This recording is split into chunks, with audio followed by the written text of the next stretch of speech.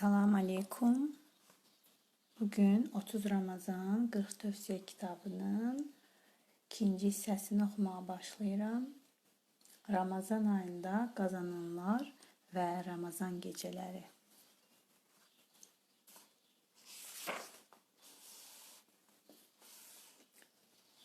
Ramazan ayından kimlər qazançlı çıxır? Neçə xeyirxah, gözəl insanların xeyirli, ixlaslı əməllərini unutmuşuq. Abidlərin namazından, Allah üçün verənlərin sədəqələrindən, Allaha təslim olanların göz yaşlarından xəbərsizik. Qulluqda var qüvvəsi ilə çalışanların, qoyanların səylərindən, özünü Allah yoluna fəda edənlərin cəhdlərindən, İxlaslı insanların sədaqətindən və Allah dostlarının göz yaşlarından necə də bir xəbərik. Zahidə qadınları, səbir qəhrəmanı, ömrünü ibadətə həsr etmiş qadınları niyə heç yada salmırıq? Bu ayədə Allah dostlarına vəd edilən əcr və savabları nə üçün unuduruq? Həqiqətən Allaha təslim olan kişilər və təslim olan qadınlar, İslam dininə iman gətirən kişilər və iman edən qadınlar, Allahın əmrlərini yerinə yetirən kişilər və qadınlar, doğru danışan kişilər və qadınlar, səbr edən kişilər və səbr edən qadınlar, təvazökar kişilər və təvazökar qadınlar, infaq edən kişilər və qadınlar, oruç tutan kişilər və qadınlar, iffətini qoruyan kişilər və iffətini qoruyan qadınlar və Allahı çox zikr edən kişilər və qadınlar üçün axirətdə məğfirət, bağışlanma və böyük bir mükafat hazırlanmışdır. Əhzab surəsi 33-35. Neçə böyüklərimiz xəstəlikdən belləri bükülsə də, yorğunluq və qocalıqdan əldən düşsələr də, əsaya söykənə-söykənə cəmaatla vaxt və ya təravih namazına gəlirlər. Niyə bu insanlardan ibrət götürmürük? Nəyi gözləyirik? Həyat keçir, ömür qısalır. Bilmirik əmr nə zaman gələcək? Dünyadan nə vaxt gedəcəyik? Bəzilərimizin beynini illər yox, tənbəllik və rahatlığa düşkünlük bükür. 20, 30 və 40 yaşlarında olanlar bundan nəticə çıxarmalı deyillərmi? Dükan bazarda qazanc arxasınca qaçmayıb, Allah yolunda oruç tutanlara iftar vermək üçün əlindən gələni əsirgəməyən neçə insanlar var. Onların ticarəti daha sərfəli, daha bərəkətli və səmərəlidir. Peyğəmbərimiz sallallahu aleyhi və səlləm sədəqə qulun malından heç nə azaltmaz buyurur. Sən xəsislik etsən, Allah da ruzini azaldar deyən Allah Rəsulu başqa bir hədisində hər səhər 2 mələyin yer üzünə enib belə səsləndiyini bildirir. Allahım, infaq edib cömertlik edənin malını artır, xəsislik edib verməyənin də malını tərəf et. Ramazan ayında məscid künclərində göz yaşı töküb için ağlayan haqq ərənlərini görürük. Rəsulullah Allah qorxusundan ağlayan, gözün cəhənnəmə girməyəcəyini, sağılan südün geri qayıtmamasına bənzədir. Ramazan ayında qulluq vəzifəsini yerinə yetirən, isti yatağından uzaq, üzü yerdə, gözü yaşlı nə qədər haqq dostları var. Onlar ibadət üçün yataqlarından qalxar, qorxu və ümid içində Allahın əzabından qorxaraq, mərhəmətinə ümid bəsləyərək Rəbbinə dua edər və onlara verdiyimiz ruzilərdən Allah yolunda sərf edərlər. Etdikləri əməllərin mükafatı olaraq Allah dərgahında onlar üçün göz oxşayan nə cür neymətlər saxlandığını kimsə bilməz. Səcdə surəsi 32, 16, 17 ayəsi bizə onların halından və axirət mükafatından xəbər verir.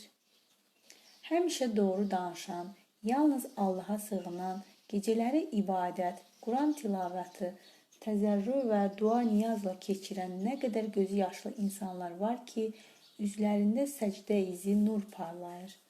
Ramazan ayında bunlar qazanmayıb kimlər qazanmalıdır? Yoxsa vaxtını yuxuda, oyun və əyləncələrlə keçirən, boş-boş gəzib əylənən insanlarmı? Bir dəfə Allah Rəsulu sallallahu aleyhi və səlləm xüsusən qadınların sədəqə verməsini, infaq etməsini istəmiş və cəhənnəm əhlinin çoxunun qadınlar olduğunu bildirmişdir. Qadınların əl-açıqlığını və infaq etməsini Ramazan ayında daha çox görürük.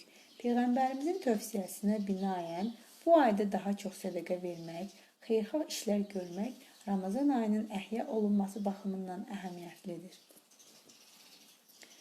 Ramazan ayının son 10 günündə daha çox ibadət etmək bu ayın əhyasında həm də bir sünnətdir. Etikaf, Quran tilavəti, təzərrü, niyaz və dua, namazı göz yaşları ilə süsləmək, yataqdan uzaqlaşıb gözə yuxunu haram etmək, vird, zikir və istiğfarı çoxaltmaq, təhəccüd başda olmaqla nafilə namazları qılmaq, bütün bu ibadətləri edərkən qorxu və ümid hissləri ilə yaşamaq. Ramazan ayını fürsət və qənimət bilənlər bu sadalananları bütün Ramazan boyunca xüsusən də son 10 gündə yerinə yetirməyə çalışar. Uşaqları təravih namazı başda olmaqla digər ibadətlərə də hazırlamaq, müntəzəm ibadət etmələrinə fikir vermək, uşaqları məscidə gətirib onlara məscidin mahiyyətini, məqsədini, önəmini izah etmək, yeri düşdükcə Peyğəmbərimizin və səhabələrin həyatından misallar çəkmək, gözü yaşlı, dərin inanclı bir insanın söhbətinə aparmaq, ona namazın mahiyyətini, nə üçün namaz qıldığını başa salmaq, Rəbbimiz yanında vəzifələrimizi izah etmək, bu dünyaya elə-belə gəlmədiyimizi anlatmaq, yaradılış hikmətini onun dili ilə başa salmaq, bunu edə bilmiriksə, heç olmasa sözü gedən mövzuları kitabdan oxumaq. Bu dini bilikləri və ibadətləri uşaqlarımıza öyrətmək və aşılamaq isə bir mənada Ramazanı dəyərləndirmək və əhya etmək deməkdir ki, bunları digər aylarda həyata keçirmək olduqca çətindir. Əsl xoşbəxt Ramazan ayına yetişib Allahın əfvinə nail olan insandır. Ramazan ayında ibadətlərdə müvəffəq olmaq və bu ayı layiqincə əhya etmək üçün yuxarıda qeyd olunan xüsusları maddələr şəklində verək. 1. Səy göstərmək. Ramazan ayının əhya edilməsində ən əsas faktor səy göstərmək və çalışmaqdır. Uca Rəbbimiz buyurur, bizim uğrumuzda səy göstərib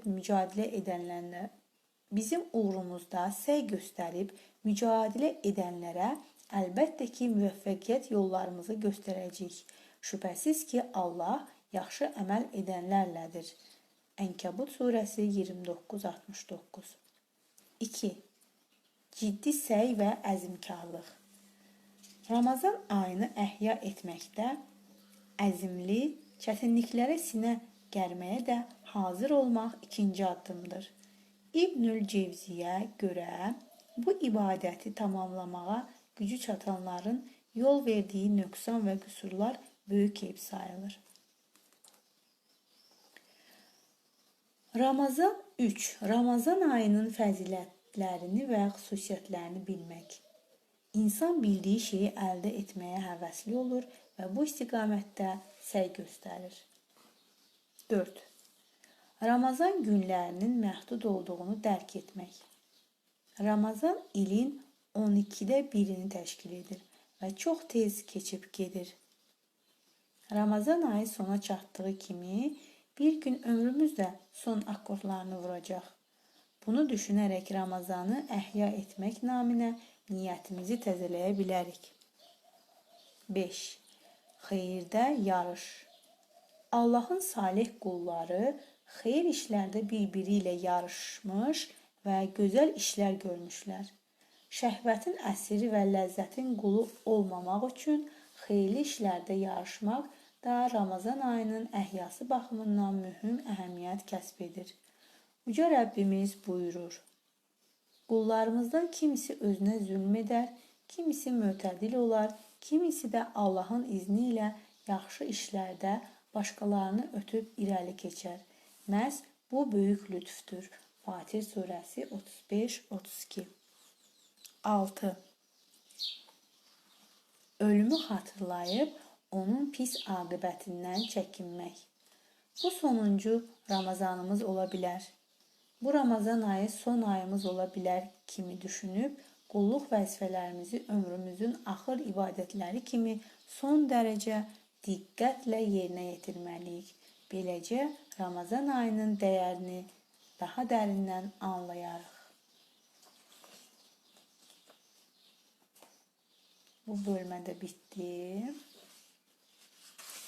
Ramazan gecələri necə dəyərləndirilir? Ramazan ayında qiyam. Peyğəmbərimiz sallallahu aleyhi və səlləm belə buyurur: Kim iman edərək və savabını Allahdan umaraq Ramazan ayında qaim olursa, keçmiş günahları bağışlanır. Hədisdə qeyd olunan Ramazan ayındakı qaim və ya başqa sözlə Ramazan ayında qiyam nə deməkdir? Onlar ibadət üçün yataqlarından qalxar, qorxu və ümid içində Allahın əzabından qorxaraq, mərhəmətinə ümid bəsləyərək Rəbbinə dua edər və onlara verdiyimiz ruzilərdən Allah yolunda sərf edərlər. Etdikləri əməllərin mükafatı olaraq Allah dərgahında onlar üçün göz oxşayan nə cür neymətlər saxlandığını heç kəs bilməz. Səcdə surəsi 32, 16, 17. Məyər axirətdən qorxan Rəbbinə, Allahın mərhəmətinə ümid bəsləyən, gah səcdəyə qapanıb, gah da ayaq üstə durub, gecə saatlarını ibadət içində keçirən müti bəndə kafirlə birdirmi? De, heç bilənlərlə bilməyənlər eyni ola bilərmi? Allahın ayələrindən, dəlillərindən yalnız ağıl sahibləri ibrət alar. Ayələrində bildirilən xüsus da gecə ibadətidir. Zümer surəsi 39-9.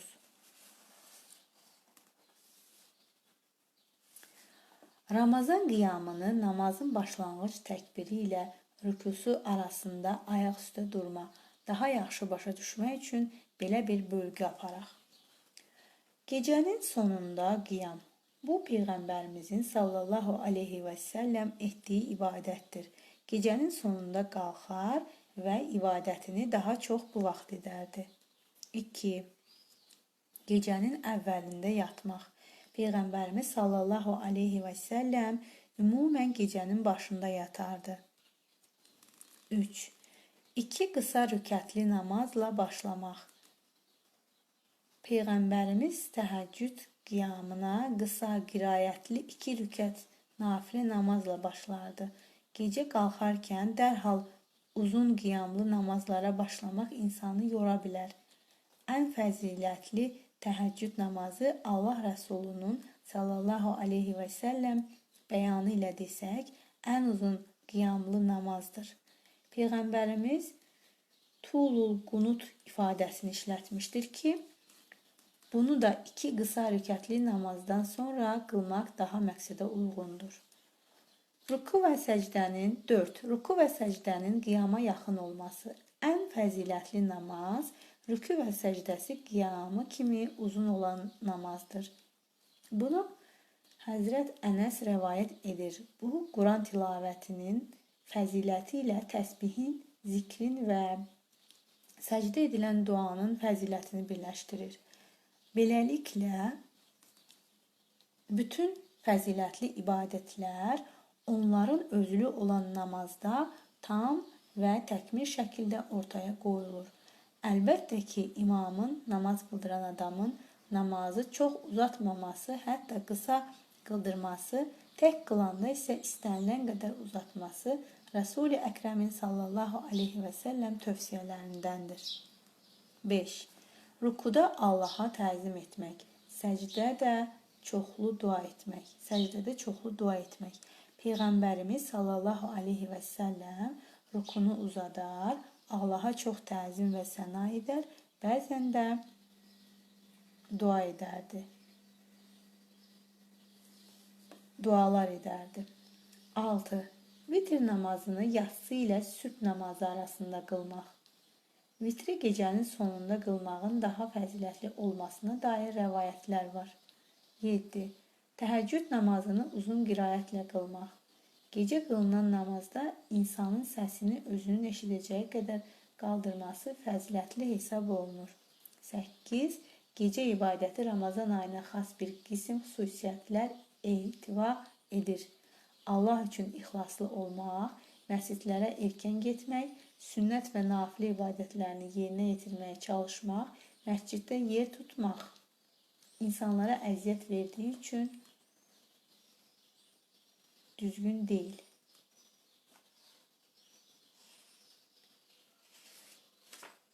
Allah üçün ixlaslı olmaq, məscidlərə erkən getmək, sünnət və nafilə ibadətlərini yerinə yetirməyə çalışmaq və məsciddə yer tutmamaq. İnsanlara əziyyət verdiyi üçün bu düzgün deyil.